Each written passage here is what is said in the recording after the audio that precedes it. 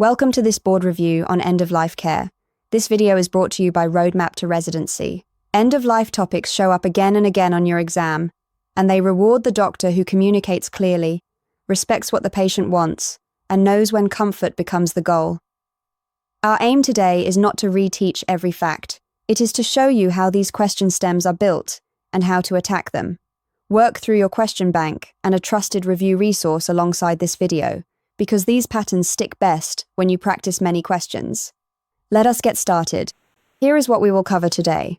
First, the difference between hospice and palliative care, which the exam tests constantly by making you pick the right service for the patient in front of you. Second, hospice referral criteria, so you know exactly when a patient qualifies. Third, withdrawal of life-sustaining treatment, including who gets to make that decision. And fourth, how to support the family. Because the right answer on this exam is often the one that communicates with compassion. Along the way, we will walk through practice questions together and explain why each answer choice is right or wrong. This video assumes you have baseline knowledge from your review resources. We are here to sharpen how you take the test. Our first strategy is to read every end-of-life vignette by asking one question. What is the goal of care for this patient right now? Start with the last line of the question, because that sentence tells you what is actually being asked, whether it is the most appropriate next step, the best service to involve, or who should make the decision. Then find the goal of care in the stem. If the patient wants comfort and no more aggressive treatment, aggressive answer choices fall away immediately. If the goals are unclear, the best answer is often to clarify them with a family meeting before doing anything else. Train yourself to separate what is medically possible from what the patient actually wants, because the exam loves that gap. Strategy 2 is knowing hospice and palliative care cold, because the exam tests the distinction in almost every end-of-life question. Here is the clean way to hold it in your head. Palliative care is comfort-focused care that can be given at any stage of any serious illness, and it can happen right alongside treatments meant to cure or prolong life. Hospice is a specific form of comfort care for patients who are near the end of life and who have chosen to stop treatments aimed at curing the disease. So the trap is simple. If the stem describes a patient still pursuing aggressive treatment but struggling with symptoms, the answer is palliative care, not hospice. If the patient has decided to focus only on comfort near the end of life, hospice is the fit. Match the service to the goal. Strategy 3 is hospice referral criteria, and this is where a few concrete facts pay off. In general, a patient qualifies for hospice when a physician expects a life expectancy of roughly 6 months or less, if the illness runs its usual course, and when the patient chooses comfort-focused care over treatments aimed at cure. 2 ideas the exam loves to test. First, hospice is a choice about goals, not a death sentence, and a patient can leave hospice if they change their mind or improve. Second, electing hospice does not mean abandoning the patient. It means shifting the focus to comfort, dignity, and support. Watch for answer choices that either withhold hospice from a clearly appropriate patient or push hospice on someone who still wants to fight the disease. The right answer matches the patient's stated goals. Let us work through our first practice question, and this one tests the hospice versus palliative care distinction. A woman with advanced cancer is still receiving chemotherapy that she and her doctor hope will shrink the tumor. She has severe pain, nausea, and trouble sleeping, and she wants help feeling better while she continues treatment. Her goal is clearly to keep treating the cancer for now. The question asks for the most appropriate next step. Notice that she is still pursuing treatment aimed at the disease, and pay attention to what she is actually asking for. Read the 4 options carefully and pick your answer. Then we will walk through the reasoning together on the next slide. Let us break this down. First, spot the pattern. This patient is still actively treating her cancer, and she wants relief from pain, nausea, and poor sleep while that treatment continues. Her goal is comfort alongside ongoing treatment, not comfort instead of it. Second, apply the rule. Palliative care is exactly this: symptom-focused support delivered at the same time as treatment meant to fight the disease. So, referring her to palliative care is the answer. Third, eliminate the wrong choices. Hospice is wrong because she has not chosen to stop cancer-directed treatment and is not being described as near the end of life. Stopping her chemotherapy overrides her stated goal and is not the physician's decision to make. Doing nothing about severe symptoms ignores real suffering you are obligated to treat. The answer is to refer her to palliative care.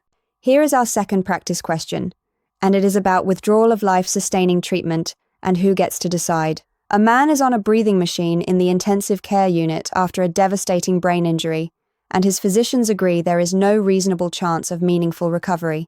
He cannot communicate. Before this happened, he had clearly told his wife, who is his chosen decision-maker, that he would never want to be kept alive on machines in a situation like this.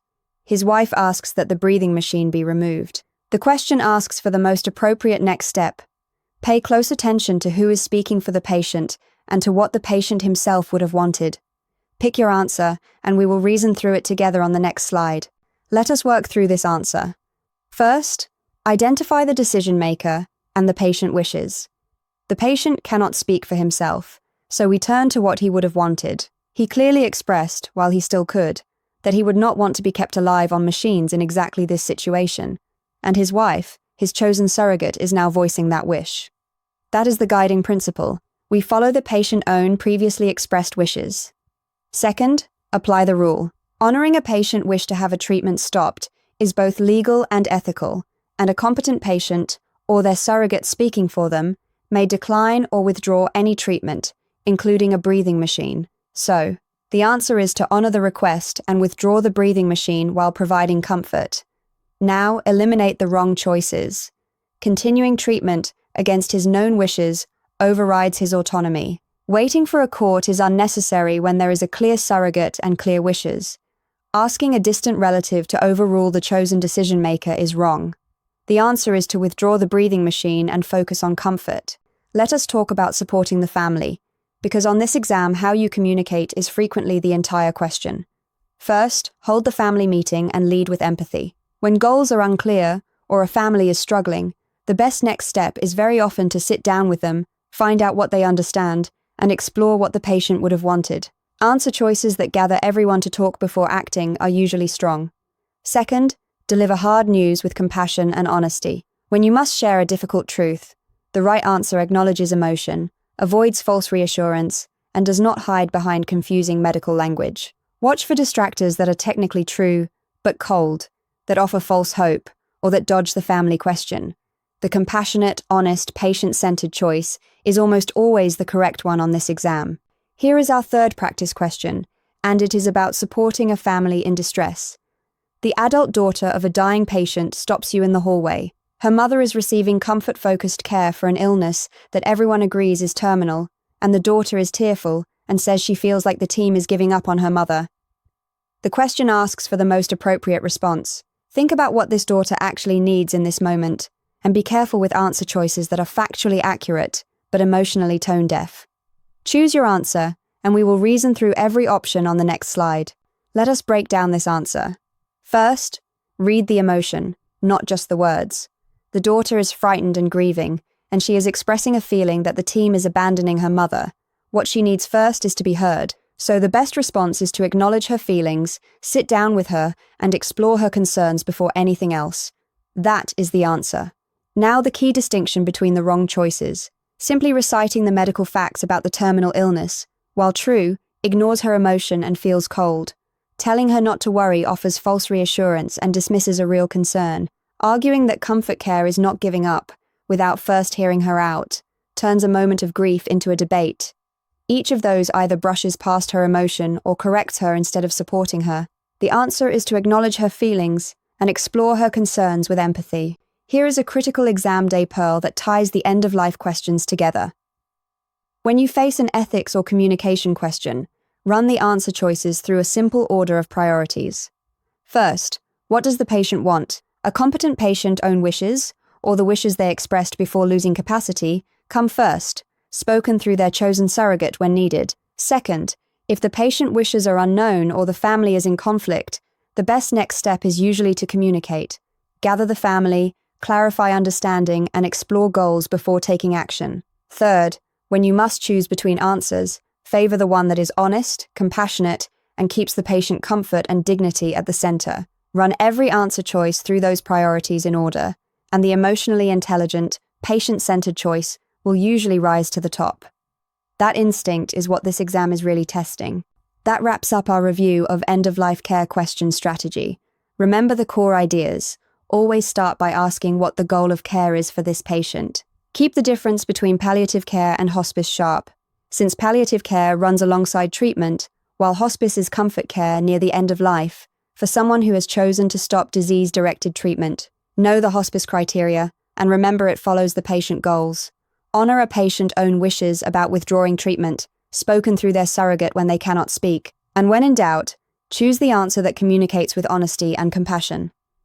The best way to lock all of this in is to drill questions in your question bank and read every explanation, even on the ones you got right.